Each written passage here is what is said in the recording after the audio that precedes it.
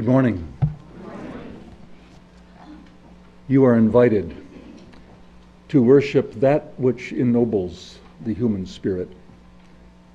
You are invited to worship all that is good in humanity, that it might grow, that we might become a human family that cares about each other, that this human enterprise might be something good and decent. May you find what you worship in this hour to make you a better person, to make us all better people. So we come to this community to worship together that which ennobles and inspires us to be better than we are. So let's open with hymn numbered 318, We Would Be One.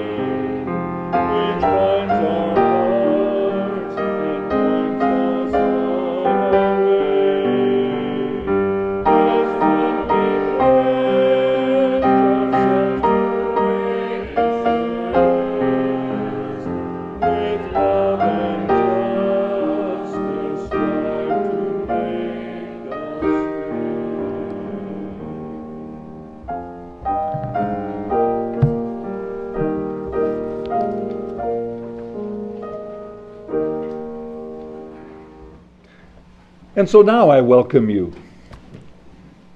Welcome and announcements. Welcome to Fountain Street Church. We're pleased you're with us here this day, and I really have no announcements to make, but Carol, do you have any? You say that Katie Booms will be speaking next week. Pardon me? Katie Booms will be speaking next week. Katie Booms will be speaking next week. That's, you'll find that in print in some other document than this, but same time, same place next week. We're certainly pleased to have with us today Breannah Alexander, who will share a reading with us as she begins her time to inspire us. Hello. Good morning. I know. It's been a while since I've been in a church-ish setting, so thank you for the welcome. The first reading I'll do is The Darkest Hour by James Baldwin.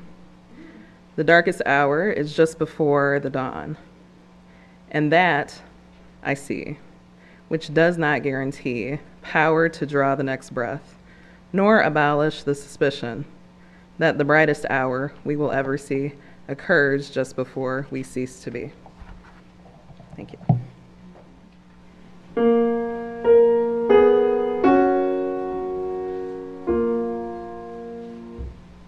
Shall we gather by the river, where bright angels' feet have trod,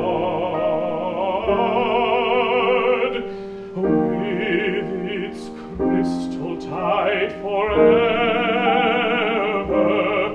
flowing by the throne of God?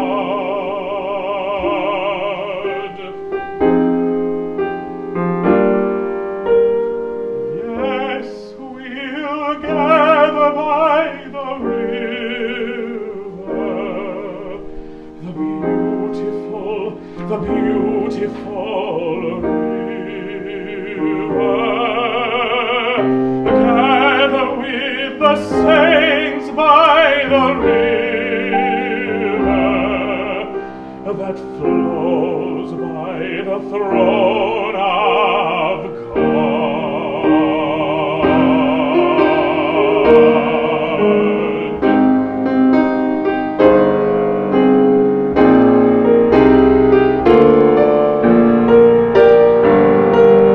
Soon we'll reach the shining river.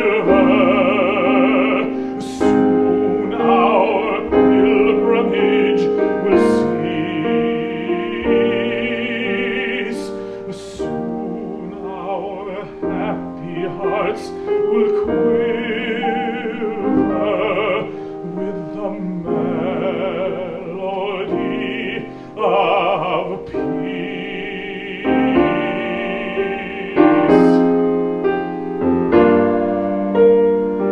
Yes, we'll gather by the river, the beautiful river. Gather with the saints by the river that flows by the throne of God, that flows by the throne of God.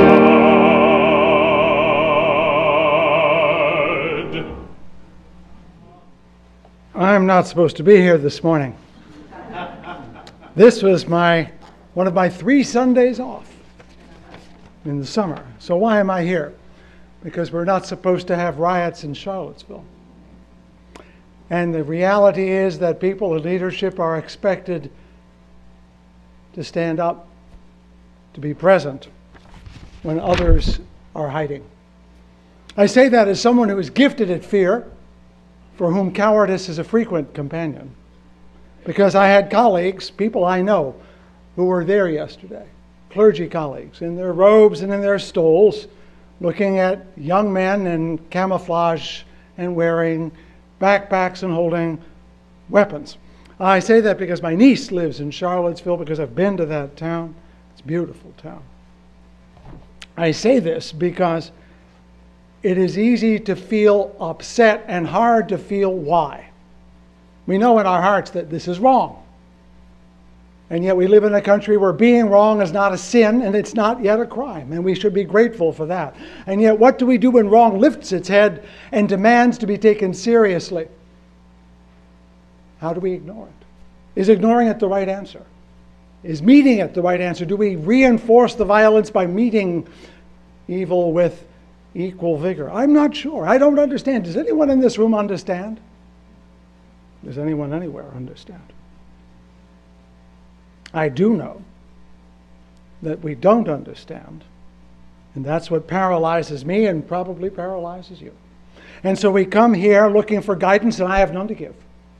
Your spiritual leader has no wisdom to offer, except to sit in the confusion of why we live in a country that believes in liberty and justice for all, then refuses to live it out each and every day.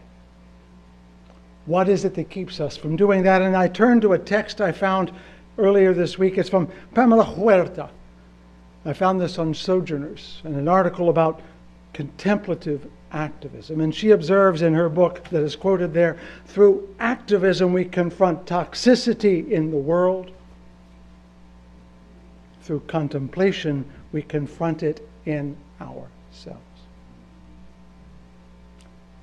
Any white person in this room that says, I'm better than those who were holding rifles yesterday, is wrong. Because we live in a country that we have permitted to include that as an expression. Any white person who says it's not a big deal is wrong, or it's not my problem is wrong, including yours truly. And so came to me these words by Rabindranath Tagore, his prayer as a good Hindu years ago. Let me not pray to be sheltered from dangers, but to be fearless in facing them. I am not brave without you, friends, and you cannot be brave without me. Let me not beg for the stilling of my pain, but for the heart to conquer it. Did you hear that one too? Let me not look for allies in life's battlefield, but to my own strength, or, and I would add, my own weakness. Let me not crave in anxious fear to be saved, but hope for the patience to win my freedom. Grant me that I may not be a coward, feeling your mercy in my success alone, but let me find the grasp of your hand in my failure. We need to fail more vigorously than we have in the past. To throw ourselves into the midst of our own inadequacies and show up. Whether it's in Charlottesville or downtown. And it's not about marches or vigils or torches. It's about being present in the world in a way that says no to what we know manifestly to be wrong. To do it with heart, but also with conviction. And so we are here today, and you're here today to do that. And we might get a little closer today than we were yesterday. And if you want to know why we should believe that, I look at Mr. Coffey over here, and to Marilyn over here, and to Aaron Copland, a nice, gay Jewish boy from New York who took a song from America's Christian past and gave it a power that it did not have before. It is when gay atheist Jews lift up the spirituality of rural American Christians, when white people can listen with heart to all that people of color have to say, that we become the nation we say we wish to be. And we listen to the music and we feel hope. We have music to make friends. And let us not let our fear keep us from singing. Upon all those things, in this moment, I ask that you pray to confront the toxicity in yourselves so that we may enter a toxic world with hope and courage. Let us pray together in silence.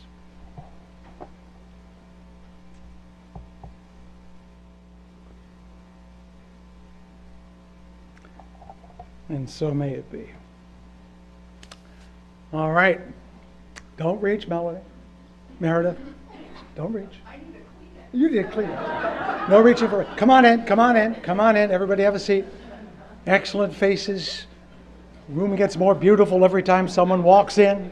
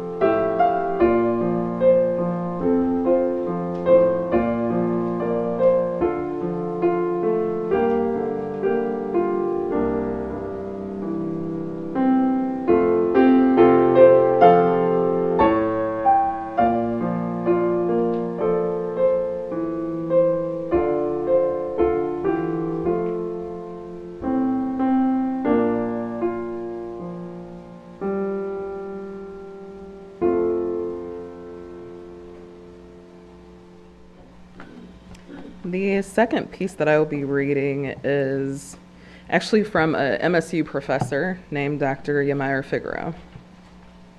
And it's part of a larger series that she wrote about faithful witnessing. It's actually one of the first pieces that she wrote about it. When I heard news of the murders of Alton Sterling and Philando Castile, I was thousands of miles away from Baton Rouge and Falcon Heights. I was away in Europe, and the distance removed me from the immediacy of the mourning, the vigils, the protests, the reeling punctuated by love and fear and fury. I witnessed this tumult of feeling from afar, trying to come to terms with how digital technology provided an ability to witness these deaths on social media sites in the form of automatic rolling videos and still photos. Horror on loop. And even as this footage showed so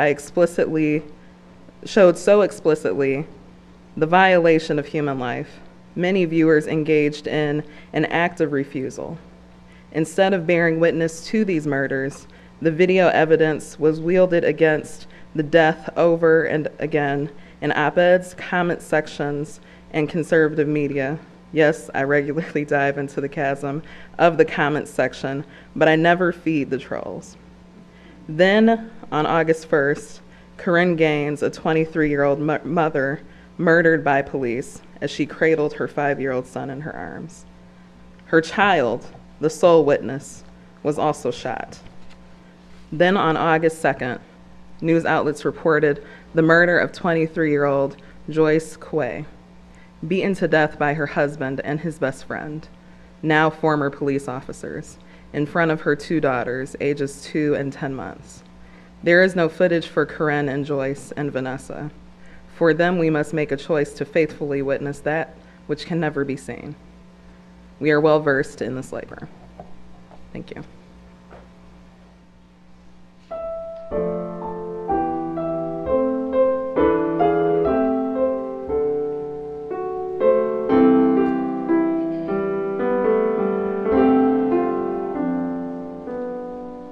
If I can help somebody as I pass along, if I can cheer somebody with a word or song, if I can show somebody he is traveling wrong, then my living shall not be in vain. Then my living shall not be in vain. Then my living shall not be in vain.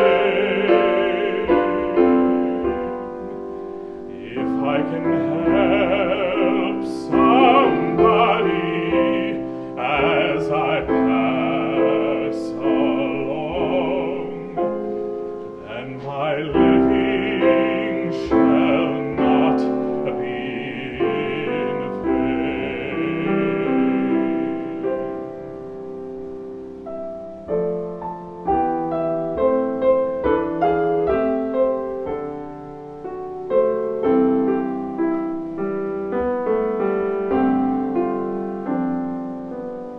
If I can do my duty as a Christian ought, if I can bring back beauty to a world upraught, if I can spread love's message that the Master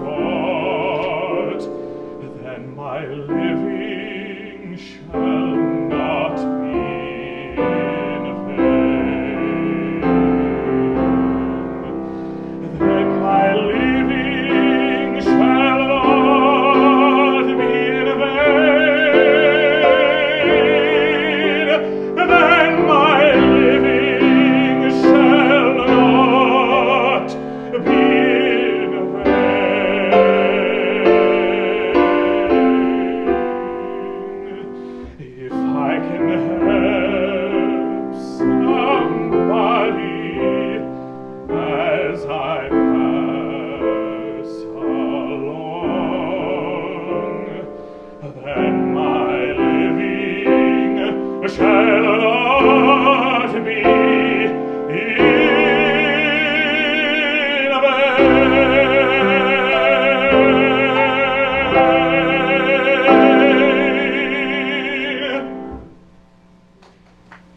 Okay, I'm setting a timer for myself so I don't go over.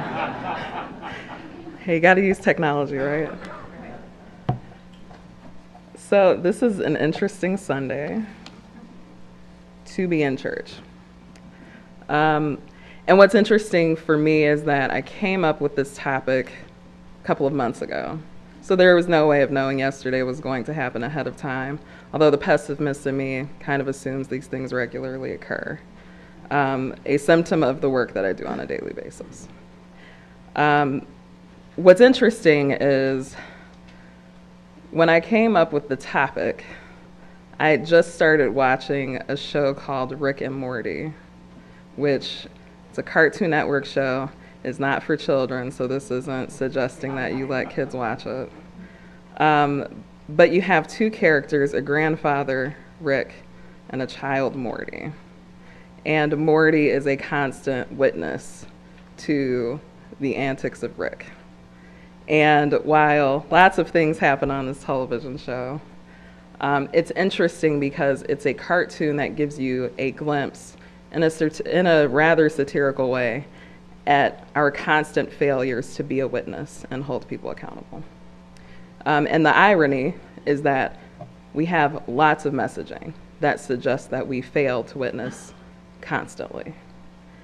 So I'm going to stick with the program, but I thought I'd insert that little side note that we regularly see things about the things we don't hold accountable, about the people in our lives we don't hold accountable. For Morty, it's that he never holds his grandfather accountable for the really destructive things that he does in different galaxies. He is a constant witness, making him a participant in the violence. And so today, I did the readings with Baldwin and the reading from Dr. Figueroa. Those readings, too, were chosen far before yesterday. And it's interesting because faithful witnessing is not something that we consciously discuss. It's something that we're passively aware of. But today I want to focus more on faithful witnessing and less on the violence that surrounds it. And so I've written more responses to state-sanctioned violence and domestic terrorism against Black and brown bodies within the last year than I have in the 6 years I've done racial equity work. A year ago, I created one simple rule to anything that I write or speak on that has a deadline attached to it. Never write it too soon. Saves a lot of time. I've had to edit a lot of speeches. This realization spurs from a literal cycle of violence so regular that to expect quiet is akin to expecting miracles, none of which I am particularly a believer in.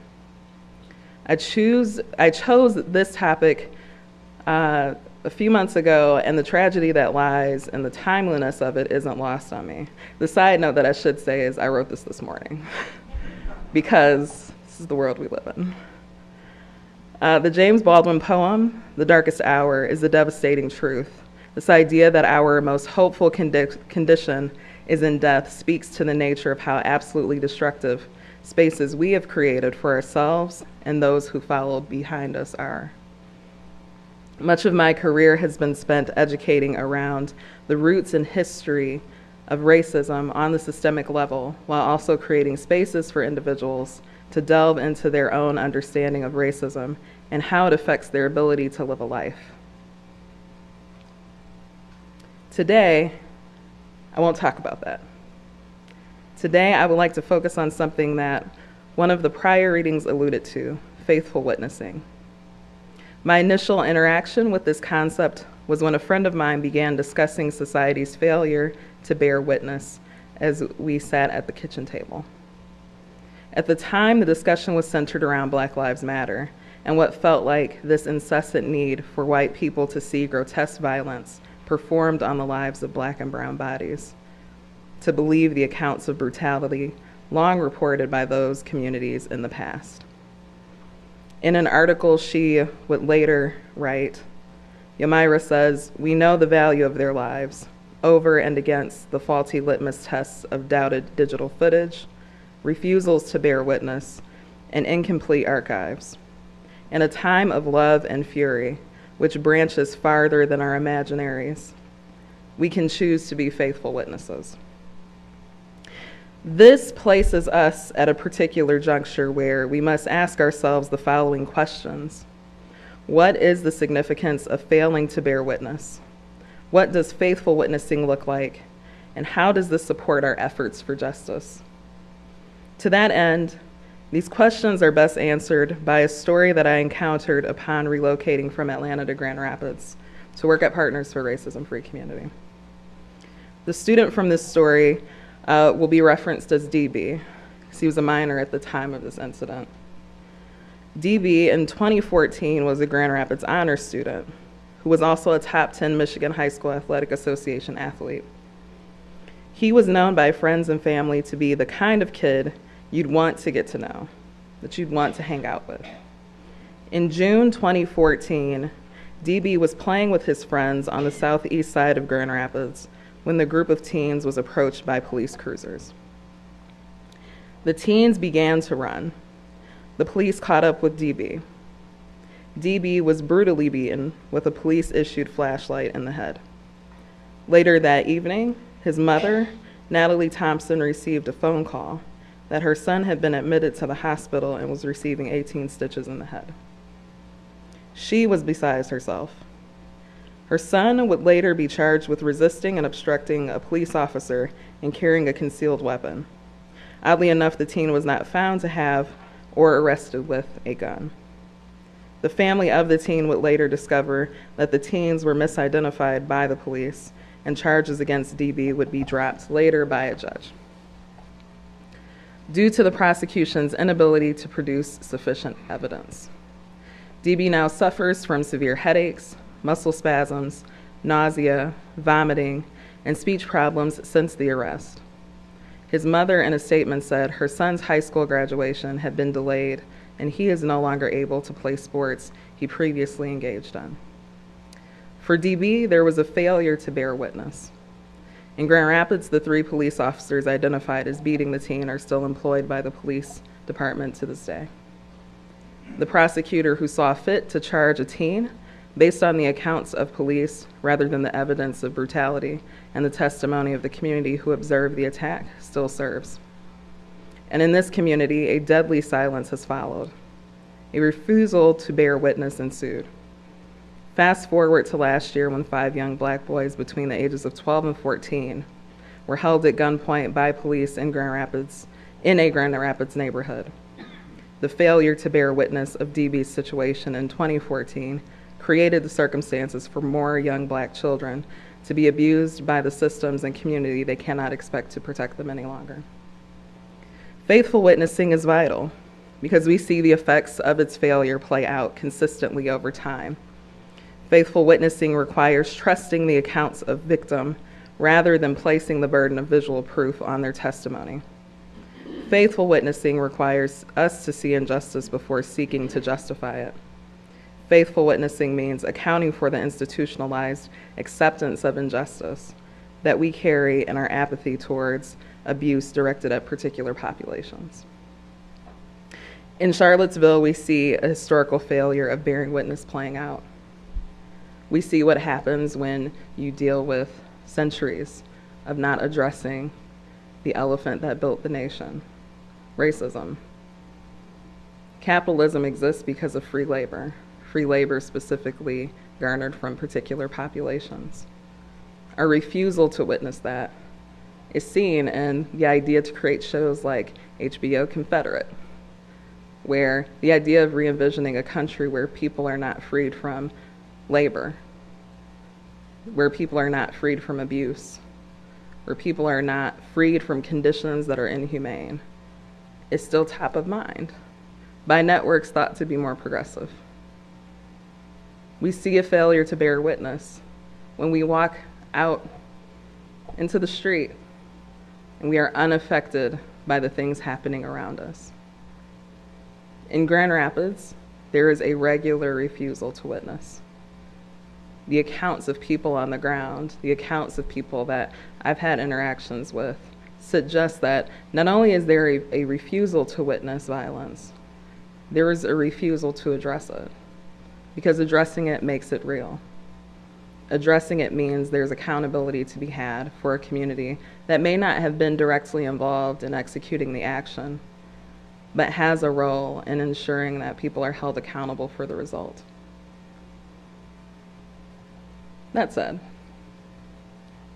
in these moments, it's often hard to grapple with what witnessing means, particularly in a space where you are inundated with proof. The greatest example of this is you went from a news cycle that produced all that you needed to know, or all that you thought you needed to know, to people who are firsthand experiencing violence, recording their own stories, and giving you the choice to see it. What it means to be a witness is being redefined as we speak. Are you witnessing when you share a video of someone being brutalized? Or are you witnessing when you seek to address the conditions that caused it? In my opinion, witnessing is about the accountability that follows. You cannot be a witness to something you refuse to address. For me, addressing systemic injustice is less of a choice. I am a part of that cycle. I am affected by the situations that result, as are the children that observe our lack of engagement. The assumption that I'm often faced with by parents in particular is that the work that I do is specifically for Black and brown people. And to that end, I disagree. It's also for white children who deserve to grow up in a space that doesn't force them to see violence and force them to become perpetrators of it without a choice to opt out. That is the nature of the space that we're in. Witnessing is so much more than choosing to click on a video. Because the question becomes, are you a faithful witness when you need to see the violence to believe it?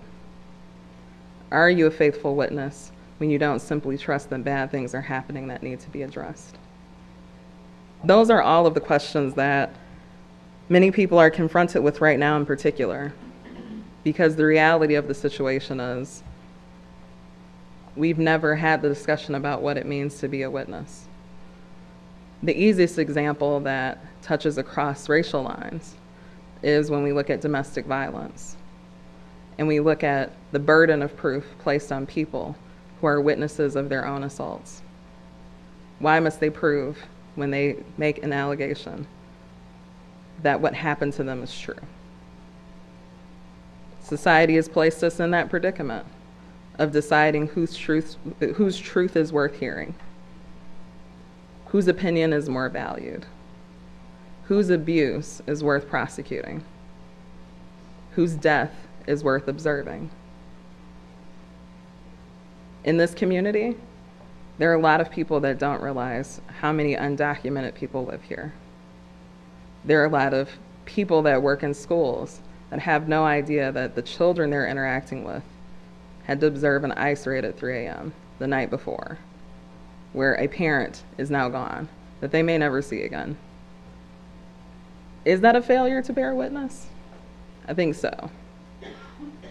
Because when we do not check on the well-being of our children, when we don't check on the well-being of other people's children, when the wellness of children is divided into classifications of who's worth caring about and who's worth discarding, that's a failure to bear witness to a community that we've built where lives matter on a scale, where there's a spectrum of belief, there's a spectrum of value.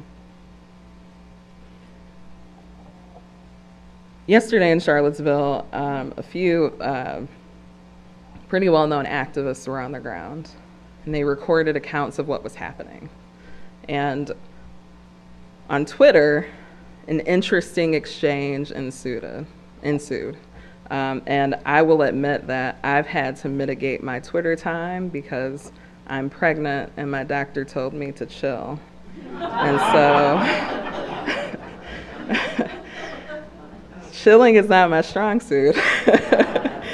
But what was interesting is that you see the exchanges between people on the Twitter roll.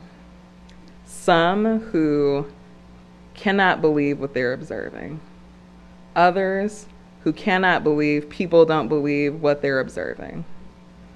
Others who want to reject the existence of everything happening, even as it's recorded. And this directly ties into the wave of pushing false narratives and false realities that we've seen spike up recently. I was telling my partner that I think it's amazing how people used to accept that the truth is and the rest is a lie. That when presented with evidence that is fact, the fact is not disputed. The interpretation might be different, but the fact itself is simply that, fact. We live in a space now where fact is constantly disputed, which is baffling to me. The intellect in me hates it. The practitioner in me has to figure out how to mediate that. Because as easy as it is to dismiss the desire of people to cling to those notions of maybe this isn't real, maybe this isn't, it is affecting the way people operate in their life. And that cannot be ignored. We cannot ignore the fact that people are presented with information and willing to accept it, whether it's real or not. Because that affects human interaction as well. It affects the ability for me to look at another person and decide whether or not their truth is worth trusting, because it causes you to question every interaction you have with anyone you come into contact with. And that's heightened by internalized bias that you can't readily notice.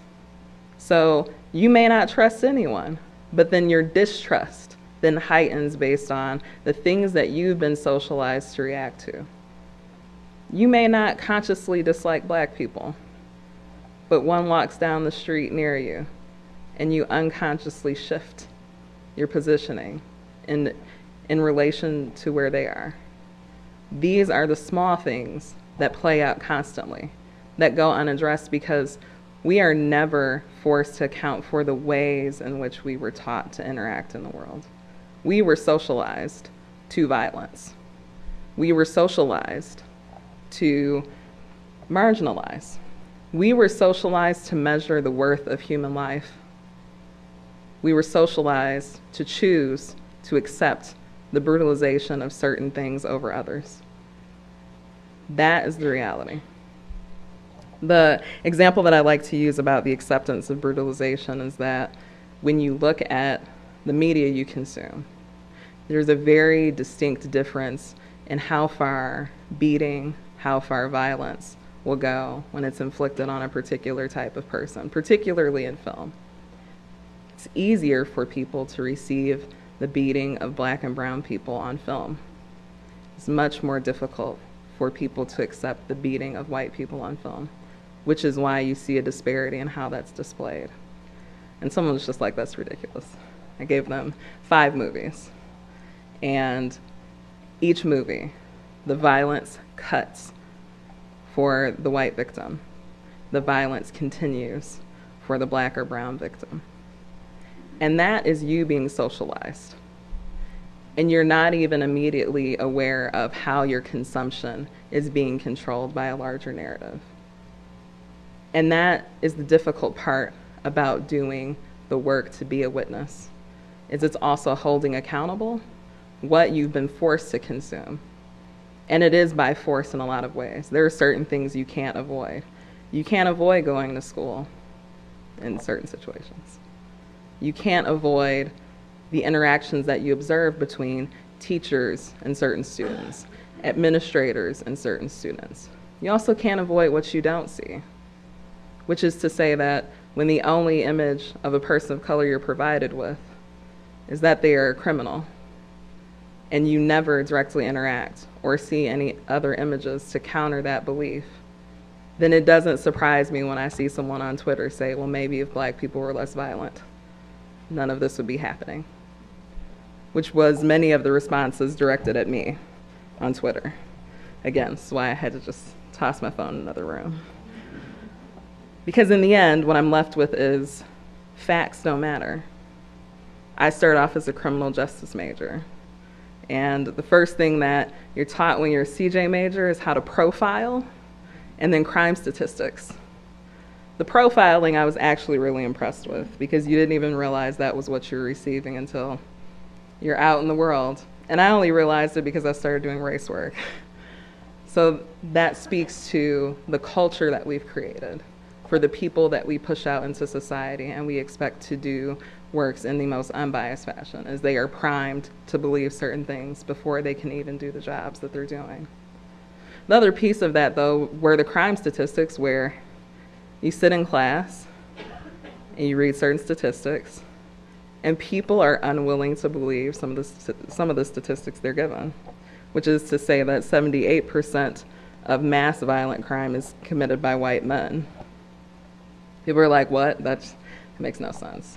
And made perfect sense to me because I thought back to some of the largest mass murders, and I'm like, those were all white men. That's fact. That's not me saying that avoid all white men, because that's also not realistic. It's also not fair. Because when it's all said and done, the acts of individuals in certain instances is not representative of a community at large. But that is only a standard we are willing to place on certain populations, because the same grace is not given to Muslims who are not affiliated with the actions of the few, and the few being extremely few in the context of the proportion of people. The crime statistics saying that black people commit more crime makes absolutely no sense to me. And I spent years looking for the crime statistics people were looking at. And what I was left with is 13% of the population takes up over 50% of those in prison. That's a fact. And most of them drug offenses. That's a fact. I witnessed that. And me witnessing it was also me taking action around it, educating people on the facts, but also challenging people's fictions. Witnessing isn't just about the observance. It isn't just about getting the education. It's about what you do next. It's about whether you choose to ignore it, which when you are a witness and you choose to ignore the violence, the falsehoods, you then become an accomplice. Whereas when you become an actor, whether it's educating the people that are around you, engaging in the work to hold people accountable, like a local prosecutor, like a police chief that won't fire people that are beating kids unlawfully. When you take those actions, that is you bearing witness and being faithful to the accounts of those affected. So, in closing, I'll just say that it's always difficult to talk about certain things because, to a certain extent, I am very emotionally primed to be removed. Part of that is for my own survival, but part of that is because I can't do the work that I do and carry the anger that I have on a sleeve. I allow myself to feel, but I also allow myself to move forward. That is not a requirement you can place on people of color at large. A lot of people of color don't choose to do this kind of work. The expectation that the work to make white people in particular witnesses to violence in this country cannot be placed on people of color. that has to be a decision that you make for yourself and your community that you hold accountable around you. Because we all carry that responsibility. For me, that responsibility started at an early age. I had a cousin that was killed, and our community did not bear witness. That is an example of the small actions of bearing witness. When someone is affected in a space that you have influence in, and all of you are voters if you live somewhere, hopefully, or if voting isn't your thing, you engage in society in a certain way. Influence the spaces that you encounter and make people aware of the ways in which they are promoting and engaging in supremacy, in violence, in institutionalized racism. And also then reflect on the ways in which you impact those environments as well. I think the thing that we are not taught to do most consistently in school or even afterwards is reflecting on how we impact spaces ourselves, reflecting on how we go about living our lives and how that affects the lives of other people. So, faithful witnessing is quite the concept, but I don't think it's one that is impossible. I specifically came here to talk about witnessing because I think it's the one thing that everyone in this audience can choose to engage in successfully. There are a lot of other things where I'm like, systems take a long time to dismantle, and the work is often complex. But witnessing and being a witness is the one thing that you can do that is often not given credit, but saves lives. So thank you for having me, and have a great Sunday.